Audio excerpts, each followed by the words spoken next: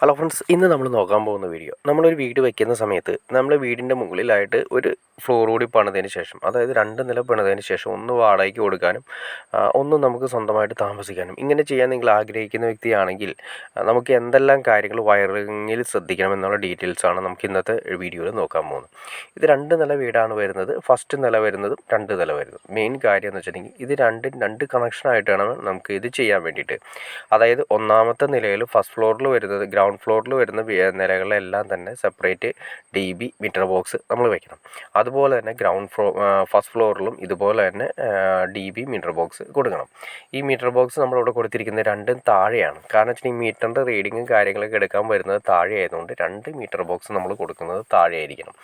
ഒരു meter box വെക്കുന്നതിൻ്റെ തൊട്ടടുത്ത് തന്നെ ആയിരിക്കണം നമ്മൾ അടുത്ത മീറ്റർ ബോക്സും വെക്കുന്നത്. കാരണം 2 വീടിൻ്റെ മീറ്റർ ബോക്സ് നമ്മൾ തൊട്ടടുത്ത് വെക്കണം. ഇത് ഏകദേശം നമുക്ക് സിമ്പിളായിട്ട് പറയുകയാണെങ്കിൽ അവർ റീഡിങ് എടുക്കാൻ വരുന്ന സമയത്ത് നമുക്ക് ഫ്ലെക്സിബിളായിട്ട് നമുക്ക് അതിലൂടെ കാണാൻ പറ്റുന്ന ഹൈറ്റിലായിരിക്കണം. മിനിമം 5 അടി ഹൈറ്റ് ആയിരിക്കണം അതിൻ്റെ ടോപ്പ് വരുന്നത് എന്ന രീതിയിലാണ് നമ്മൾ വെക്കുന്നത്. 5 അടി നമുക്കൊരാൾ വന്ന് നിന്ന് കഴിഞ്ഞാൽ അവർക്ക് സിമ്പിളായിട്ട് റീഡിങ് എടുക്കാൻ പറ്റുന്ന രീതിയിലായിരിക്കണം നമ്മൾ മീറ്റർ ബോക്സ് വെക്കേണ്ടത്.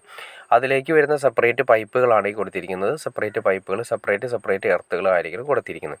അതായത് ഫസ്റ്റ് ഫ്ലോറിൽ നിന്നും ഒരു നിലയിലുള്ള വയറിങ് കാര്യങ്ങൾ രണ്ടാമത്തെ നിലയിലുമായിട്ട് യാതൊരു ടച്ചിങ്ങും വരാത്ത രീതിയിൽ സെപ്പറേറ്റ് എർത്ത് വരെ സെപ്പറേറ്റ് മാറ്റി നമ്മൾ കൊടുക്കണം. അത് നമ്മൾ സെപ്പറേറ്റ് ഇതിൽ ഈ ഒരു മീറ്റർ ബോക്സ്, ഇത് രണ്ടാമത്തെ നിലയിലെ മീറ്റർ ബോക്സ് ആണ് വരുന്നത്. അത് നേരെ മുകളിലത്തെ നിലയിലേക്കാണ് പോയിരിക്കുന്നത്.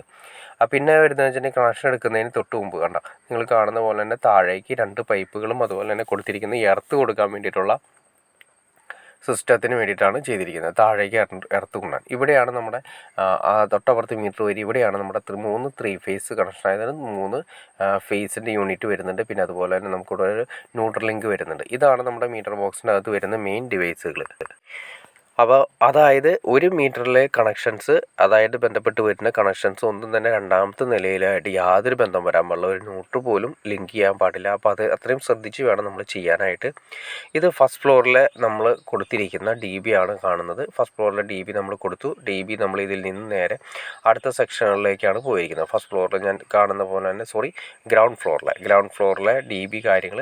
പിന്നെ അതിനുശേഷം ഈ രണ്ടാമത്തെ ഫ്ലോറിലെ, അതായത് ഫസ്റ്റ് ഫ്ലോറിലെ രണ്ടാമത്തെ നിലയിലുള്ള DB ആണ് ഈ കാണുന്നത്. ഈ രണ്ടാമത്തെ DBയിൽ നമ്മൾ നേരെ വന്നതിന് ശേഷം ഇത് നേരെ മീറ്റർ ബോക്സിൽ നിന്നുള്ള കണക്ഷനാണ് ഇവിടെ വന്നിരിക്കുന്നത്. ഇവിടെ നിന്ന് നമ്മൾ സ്റ്റെയർ ചെയ്യുന്നത് വരെ വളരെ കറക്റ്റ് ആയിരിക്കണം.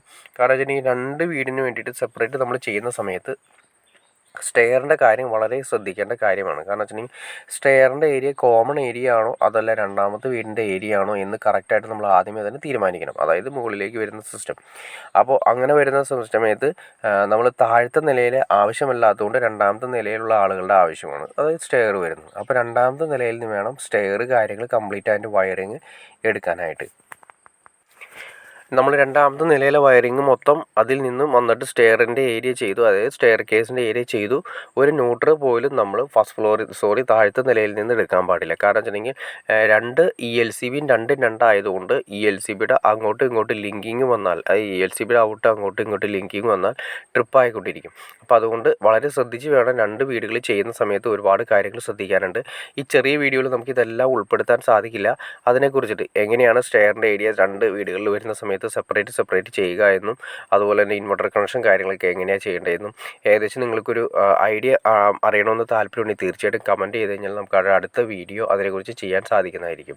അപ്പോൾ നിങ്ങൾക്ക് ഏകദേശം ഒരു വീട് വരുന്ന സമയത്ത് എങ്ങനെയാണ് 2 വീട് വയ്ക്കുന്ന സമയത്ത് നമുക്ക് എങ്ങനെയാണ് അതിൻ്റെ മീറ്റർ ബോക്സ് കാര്യങ്ങൾ 2 DB എന്ന് ചെറിയൊരു ഐഡിയ കിട്ടിക്കാണെന്ന് ഞാൻ വിചാരിക്കുന്നു. ഇനി എന്തെങ്കിലും ഡൗട്ട്സോ കാര്യങ്ങളോ ഉണ്ടെങ്കിൽ തീർച്ചയായിട്ടും കമൻറ്റ് ചെയ്യാൻ മടിക്കരുത്, ഷെയർ ചെയ്യാനും മടിക്കരുത്, സബ്സ്ക്രൈബ് ചെയ്യാനും മടിക്കരുത്. ഓക്കെ ഫ്രണ്ട്സ്, അടുത്ത വീഡിയോയിൽ കാണുന്നവരെ ഓക്കെ.